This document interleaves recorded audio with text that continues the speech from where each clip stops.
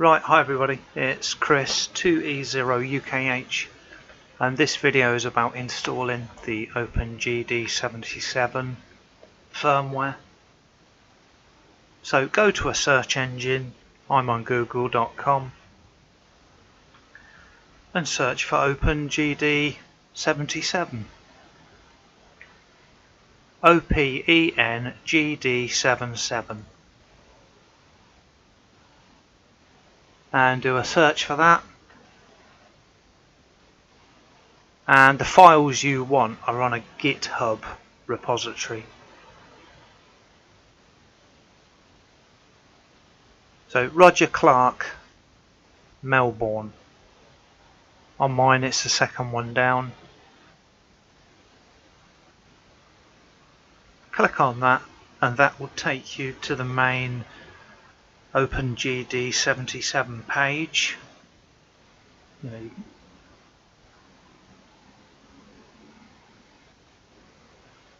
That brings up this page, and what we are after is the files to download on GitHub. The files are in a section called releases, which is on the bottom right here. Well, middle right, just highlighting it for you. And if you click on releases, this is where all the files are. And let me just explain, there's different types of files. There's stable files, firmware, which have been tested and had any problems ironed out, and there's ongoing firmware, which is not necessarily stable, although they could well be. So this is the one I installed the other day. Stable release for the GD77, GD77S, that's the one with voice prompts, and DM1801.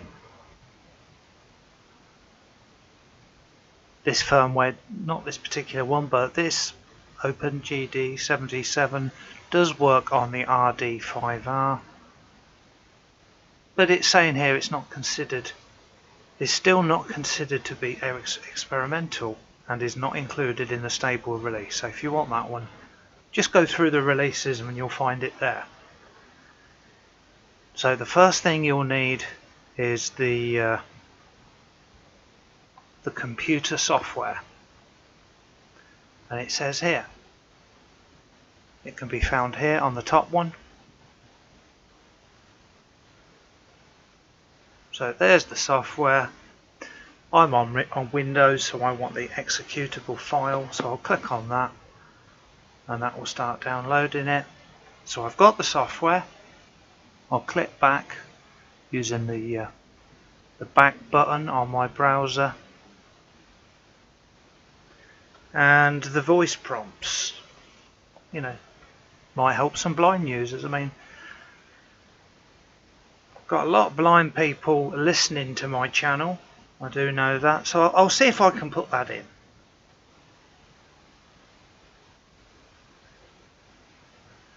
So they've got the file extension VPR, and we've got loads of languages here, English, French, German, can't read them all out, Polish, Portuguese, Spanish, Turkey. There you go, read them all out. Right, so I want English UK, and I don't want Brian, Emma. So English UK Emma, although I do fancy a nice American accent. English USA Kimberly, she sounds nice. Right, I'll choose that one. So I've downloaded a voice prompt. So I suppose it's just MP3s or audio files in a file extension. So I'm clicking back. So I've got the software, I've got the voice prompts. I don't want to use a guide. If you want to use a guide, there's a user guide here. Shows you how to do it. Actually, I did read this when I got started. very good user guide there. But I'll click back, and I want the firmware, and on GitHub it's always at the bottom in a section called assets. So I think I just got firmware loader when I did it. I think that just puts it in on its own. You can browse it to a file, the firmware file, and I've got a feeling this could be at opengd77. You know, because there's different models. So I'll get the firmware loader. That's coming. I've just clicked on download. And opengd77. I don't think I need that one, but I'll just download that as well. So they're all going into my downloads folder, and I'm just going to go into that. I'm using Chrome, by the way, and on Chrome it's very handy. You can show in folder, it shows the files that I've downloaded.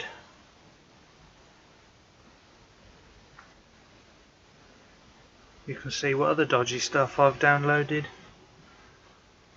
Right.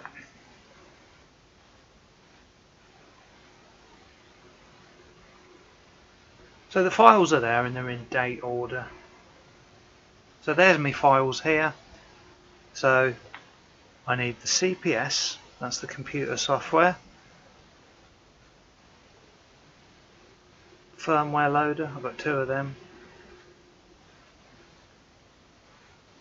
So I think that's all I need, but I'll just put these other files here as well.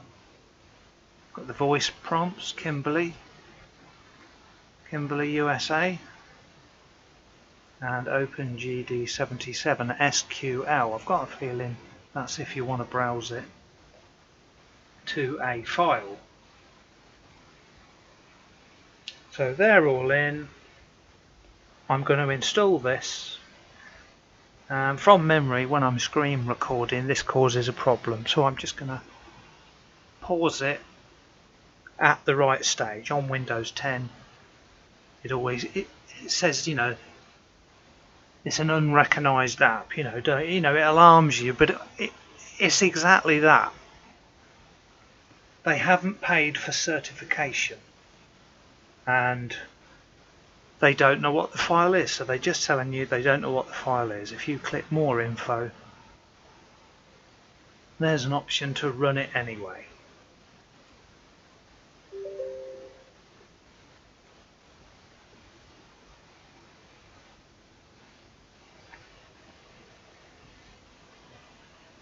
So I've already installed it, but I'm just going to install it over the top. Normal installation.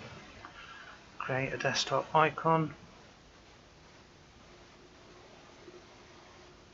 And you get an option here.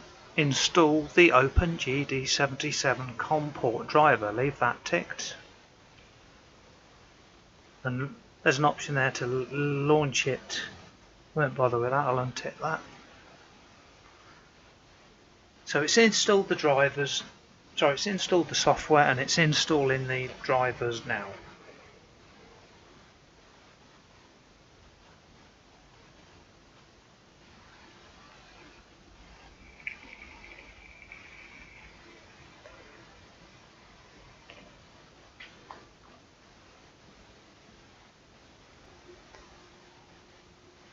So I just paused it there so you didn't have to wait.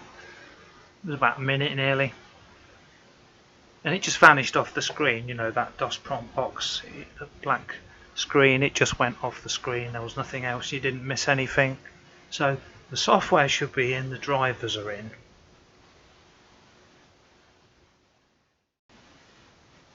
Okay, so the software's in, the driver's in, I've got the voice prompts ready, and I've got the SQL file in case I need it.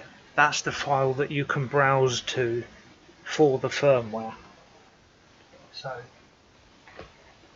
I've just plugged in my USB into my computer, and I'm going to plug the other end into the radio. Yeah. And there was a beep, and you've got to know what COM port number to use. So if you right click down here in the bottom left,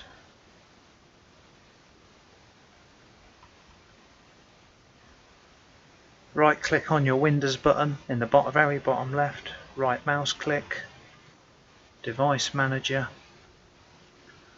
ports, COM and LPT. There's only one here, COM port 4, and if you've got a few there and you need to narrow it down which one it is, remove the wiring. You can work, if you see one disappear, that's the one, so put it back in. But I've only got one device connected and it's shown as COM port 4, so I'll remember that, and I'm going to run the software, open GD77 software, and I'm going to put the radio in the correct mode. So the wire's connected, the radio is switched off. On the GD77, I don't know about the other radios, I'm going to hold in the blue and the black button, which are the two buttons on the left side below transmit. So I'll switch it on like that. The green light comes on, but the display is blank, so it's in some sort of DFU mode where it's ready to accept the firmware. And I'm going to go to extras at the top, just highlighting it, and there's a menu, open GD77 support, and there's two important things at the top to mention: backup EEPROM and backup MCU. If you want to do them, the radio just needs to be switched on. It doesn't need to be in DFU mode. It doesn't need to be, the two buttons on the side and switch it on. If you want to back up the EEPROM and the MCU ROM, I read somewhere you might need them if you want to go back to the standard firmware. And then again, I saw people saying they just loaded it and it worked anyway. But if you wanted to back up the EEPROM and the MCU ROM, the radio just needs to be switched on. I want to load the firmware. So I'm going to load the firmware, and you can see a section here in the middle of this screen in the Open GD77 support where you can write the voice prompts. You can write that audio file. So that's Open GD77 support, which is in the extras menu. So I'm now going to try and put the firmware in by going to extras at the top, firmware loader, Radiodity GD77, download and update. If I click that, it will just do it. If I wanted to browse and point to that SQL file, you can click select file and update. So I think it's easy at the top. Download and update, making sure your radio is highlighted from the list. So the top one is the GD77, the second one down is GD77S, next one down Baofeng DM1801, and the fourth one, the last one, is Baofeng RD5R. So I've just clicked on download and update, and I've got a choice of stable or unstable. So I'm going to click on stable.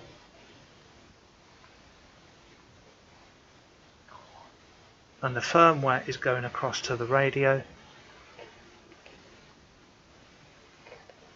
and in a minute I'm going to put the voice prompts in, and then I'll tell any, there might be some blind users listening. There normally is. I get quite a few emails from blind users.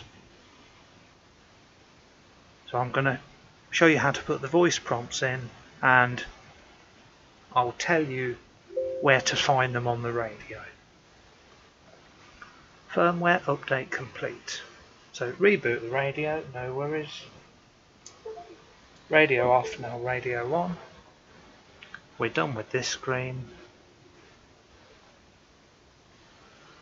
back to extras, open GD77 support, fourth menu down in extras,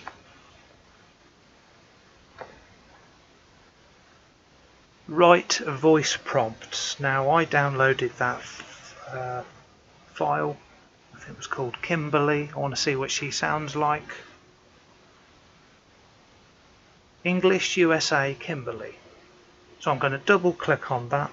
I'm just browsing it to the file where it is on my computer. You know, it's on my desktop, so I'll click on the left.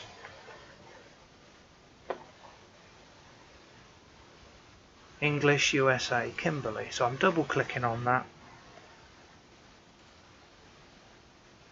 And there's something, my computer's freezing, that I've put something in that's mucking my mouse up. So let me just try and recover that. I'll take my USB out for my wireless keyboard. I think that's what it is. Just stand by.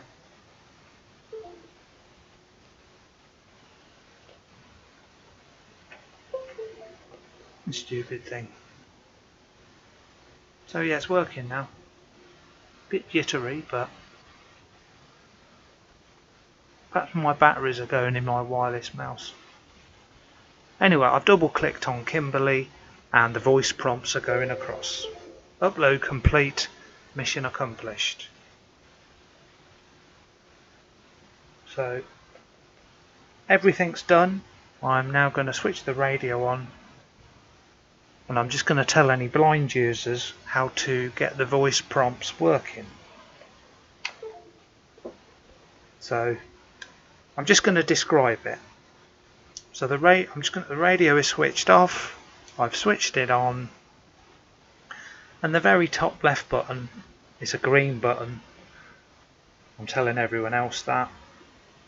Top left button on below the display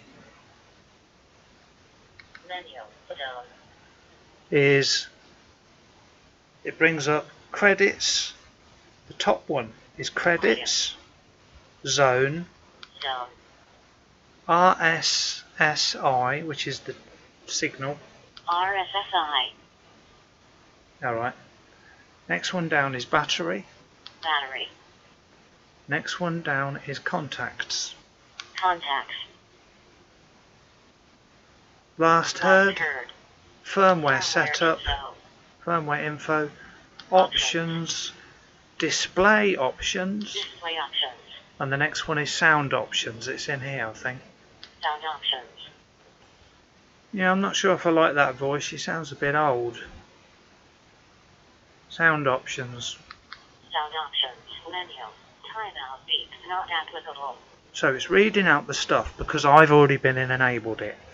But when you go into sound options, the top one is called prompt. Prompt voice mode. Prompt. And I've got it in voice, as you can hear. And by moving the left and right arrows,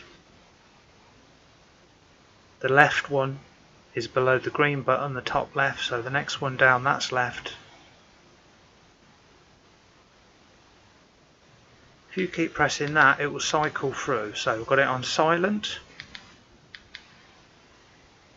And then two buttons to the right of that is the right button. The one in the middle actually is down. So I'm pressing the right button. Normal. Beep. And then voice. And then when you've got voice highlighted, you press the green button to confirm it. Menu down. So that's how you enable the voice prompts.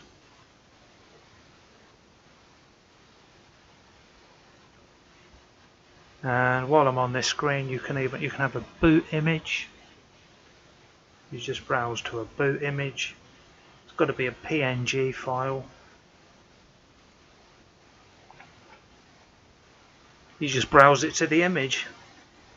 You know, it's bound to have to be a certain spec image, you know, like 120 by 120 or something like that. But I need to read up on that. And you've got play tune. You've got these numbers here that correspond to a tune. Let's just see what this tune is.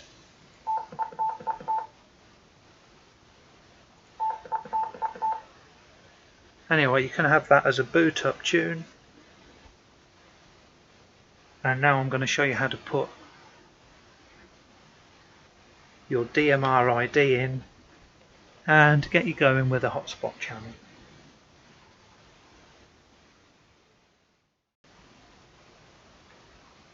Right, so I'm going to start from the beginning, making a code plug, just a simple code plug with one channel in it for your hotspot. So I'm just starting again, File, New, OK, so this is how yours will come. And just to explain a few things, talk group lists, TG lists is like RX groups. I had an email from Roger telling me all about it. So I don't use RX lists, RX groups, but TG lists is the same sort of thing. So we can completely new code plug. You can have boot item. If you have it on character, you can have line 1, line 2, you can have your name and your call sign. If you wanted a picture, you choose picture, and that would select that boot image we were talking about earlier. So fill what you want in there. If you want text, have it on character string, put your name and call sign, something like that. General settings, that's where you put in your call sign.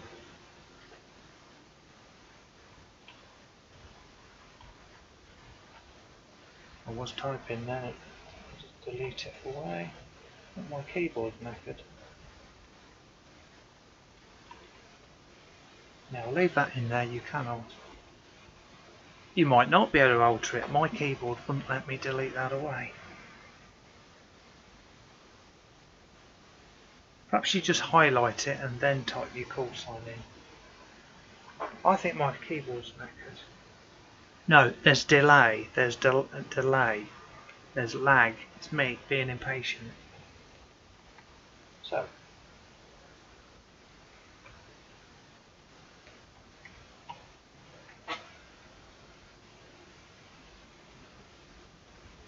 I can delete it away, and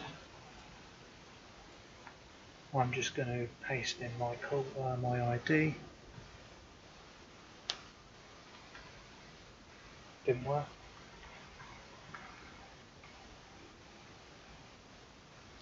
So I put my ID in. Now all DMR radios are the same. You've got to create a talk group, you've got to create a channel, and you've got to link that talk group to that channel and then put it in a zone. A zone is like a folder where you find the channels you've made.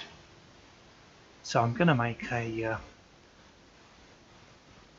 talk group. I'll put 3100 in. Contacts, digital contacts, and these are already filled in with some here. You know, if you want to use them you can, but I'm going to make a new one called 3100. So on digital contacts, remember a talk group is a group call, and a private call is where you call someone in private. It's not actually private. It's not actually private. You could sit outside someone's house and listen to it, but it's not on a talk group. Right click on digital contacts and you can add. Now I'm going to add a group called 3100, so we'll call the name USA Nationwide.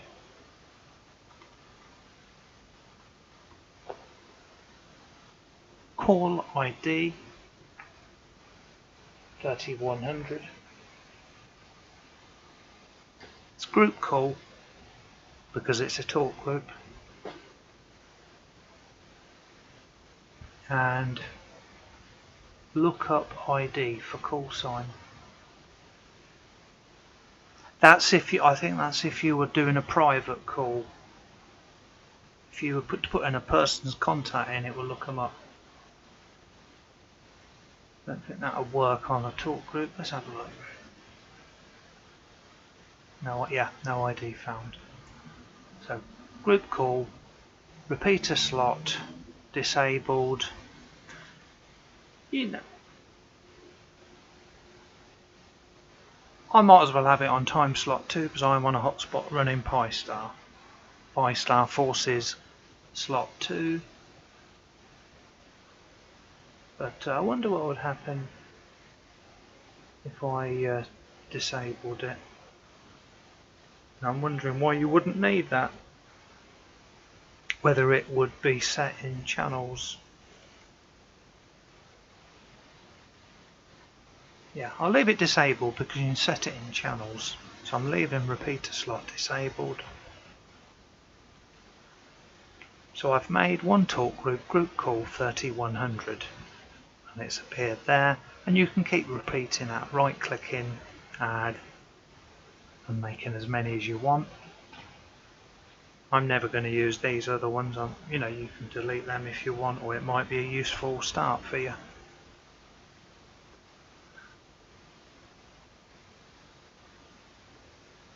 No, I'm actually going to remove them.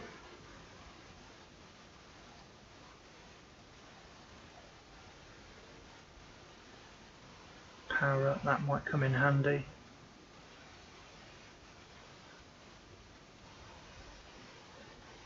Now this is a special talk group, opengd GD77 for the radio, so that could be handy.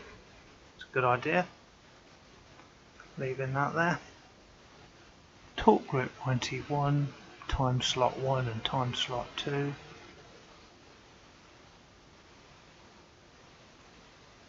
So I'm going to remove them. You don't have to do this. I'm just making it simpler. So I've made a talk group. I've now got to make a channel. You know, in channels there's one filled in blank already. You know, you can keep adding channels by right clicking on the word channel, and you can add a channel. You know, so you keep put as many channels in as you want. But I'm just going to fill this one into my hotspot. So I've double clicked on it. 439.2, and I'm just going to copy that and paste it in there. So mode, digital, name, you know, I'm just going to call it hotspot. You know, I'm going to change talk group from the radio using the bottom right, the hash button. So if you want it in a use it in a simple manner, you can just put a channel in for your hotspot and just type in the talk group number, or you can make loads of different channels all on the same frequency as your hotspot, but they are linked to different talk groups. So you could have, you know, your favourite 10 talk groups in through your hotspot just by changing the channel, keying up, and you're on there. If you did that, I'd personally make a group call 4000, which will unlink in between going to another channel. You know, you'd be on one channel, you'd unlink, then you go to the next channel. But to do it in a dead simple way, I'm just going to use the bottom right, the hash button, to change talk group. So I'm going to call this hotspot.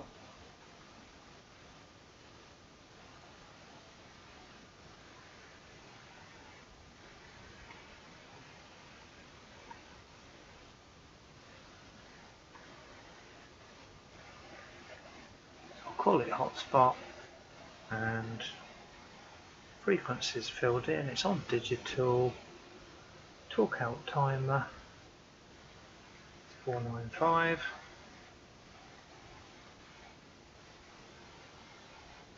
And this is your RX list if you want RX lists, you know, RX group.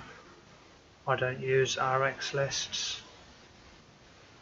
If you're using Pi-Star, most of these hotspots will be color code 1. Contact name. So you've got to have a talk group associated with it. So there's the one I created. Repeater slot 1. So I'll change that to slot 2 because I'm using a Pi-Star hotspot. And this will be my hotspot channel. If you wanted an FM channel in, whether it's a simplex one, if it was a simplex one, you'd have it in analog mode, and you'd have the frequency and the receive and the transmit frequency the same as the simplex channel.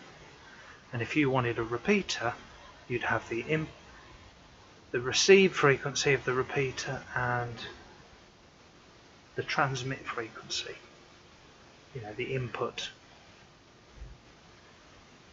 set correctly, and you'd fill these details in at the bottom. This is just for analog, so you'd have your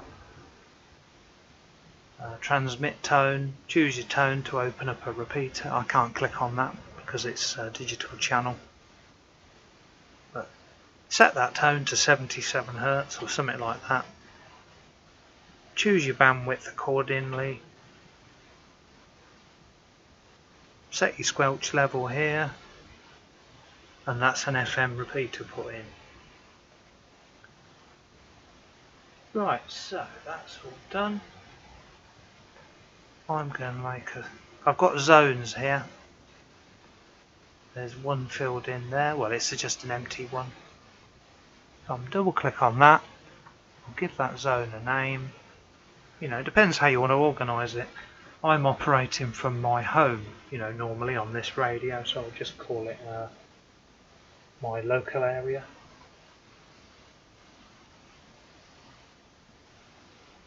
I'll put my hotspot in, all the repeaters that I can open from my house. And in that zone,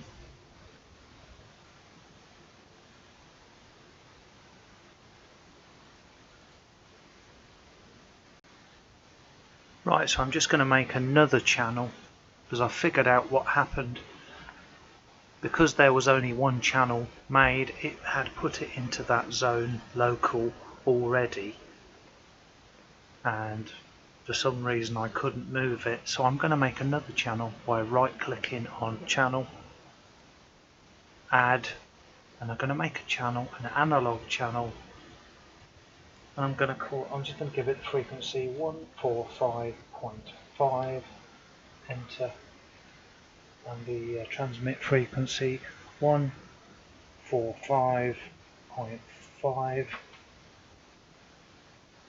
So I've made the analog channel. Talk out timer, leave that default. Haven't got any of these selected on the right hand side. Scan zone skip, scan all skip, Vox, RX only. Haven't used any of them. And there's a square here with some settings which are just for analog. You can see the list of tones. If you wanted it to be a repeater with a different receive and transmit, you can add a tone there to open a repeater. So I've now made that channel, and if I go to my zone called local, it's got the original hotspot channel in, and I can now add another channel to it. So I'll highlight the channel and click add, and it goes across to the list of members in that zone. And if you click program and write, it will go across to the radio.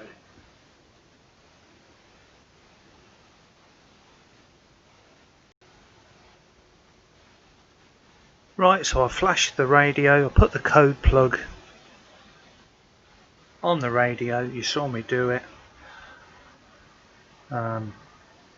I just went to program, I clicked write, it went across to the radio, and we made a zone called local, I believe it was. Let's just zoom in a bit into so we can see the screen and the keyboard.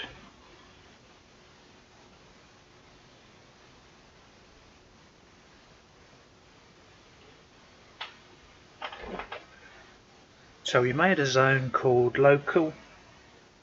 Was it local? Something like that. Local, yeah. Actually, we can see it on the screen. I'll just go in a touch more.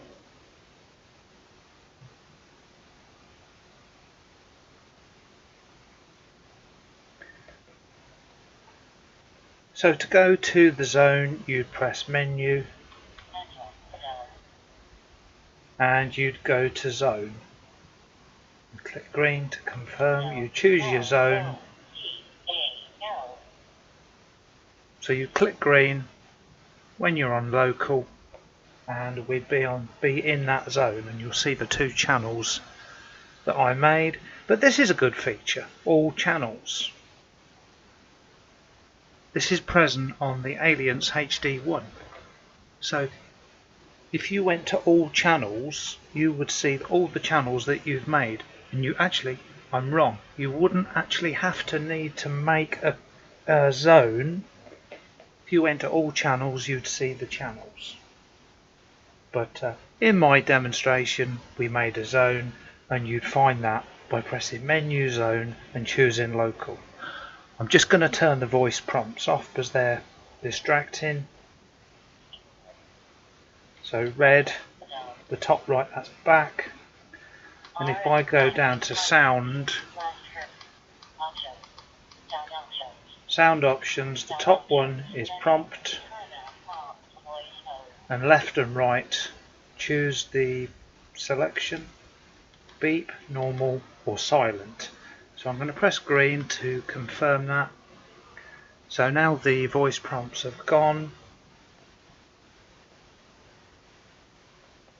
So we can go to, I'm in the zone already, but we can show you how to go to the zone menu, zone, choose local or whatever you called it, green to confirm. We're now in that zone, and it says there, local channel 1.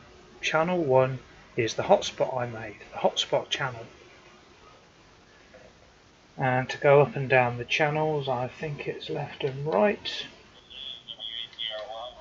There's someone talking, perhaps that's why, or it might even be up and down.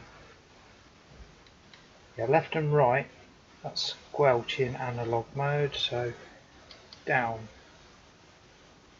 So down is channel 12. That's the one I made. I should have given it a name, something like 2 meter simplex. But that's the channel I made. So using the up and down, go back up to the channel which is hotspot, and I'm on 3100. I don't know if you caught that.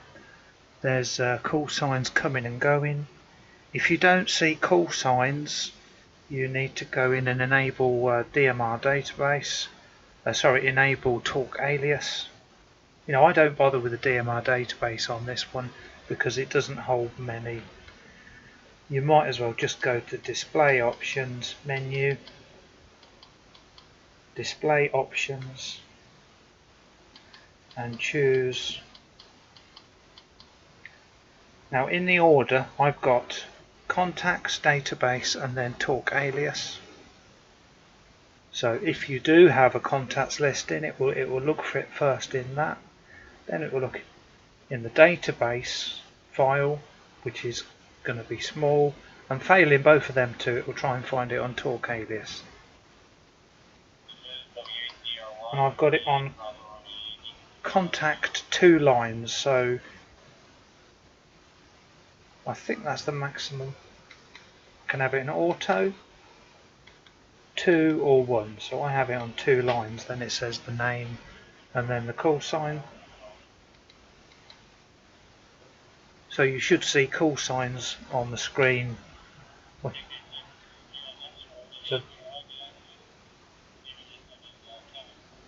So there's Kevin there, and it's showing his call sign.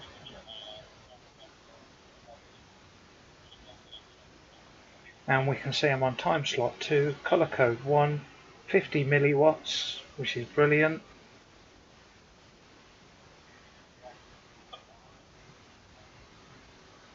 There are 10 power levels from 50 milliwatts up to 5 watts.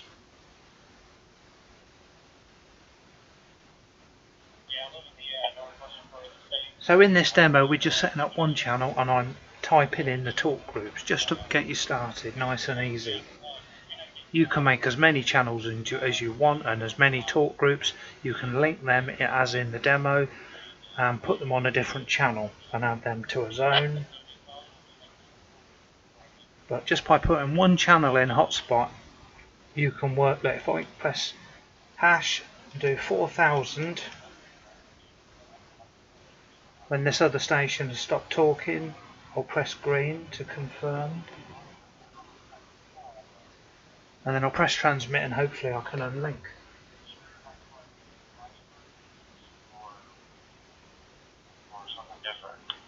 Green, transmit.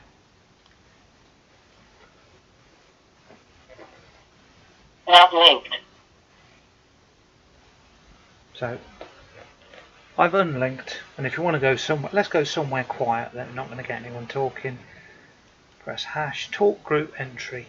Talk group is group call, so 2353. Press green to confirm your choice. Transmit, and I'm on 2353 now. And you remember when we were setting up the channel, it said 495 for the talk out timer. When you're transmitting, that counts down. So that's pretty cool. So we're in a channel which is in a zone. To go from channel mode to VFO mode, it's red. So I'm now in VFO mode.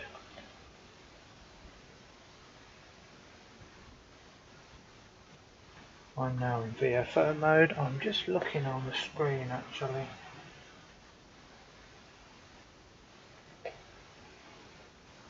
You know, if you wanted to go to, if you wanted to go in, you can do this in VFO mode. You don't even have to make a channel. You can type in your hotspot 439,200. So top. We're in VFO. We're actually in VFO-B. That's why it's got a B there. Receive 439,200. Transmit 439,200. We're in DMR mode. And I'm on time slot 2. So I can just, from the VFO, I can type in a talk group. 3100. Confirm, transmit.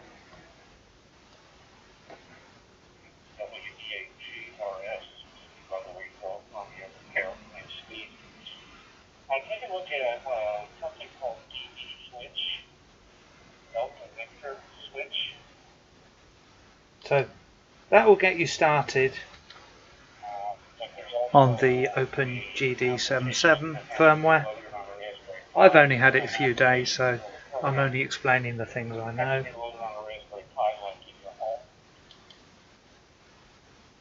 So up and down changes the channel.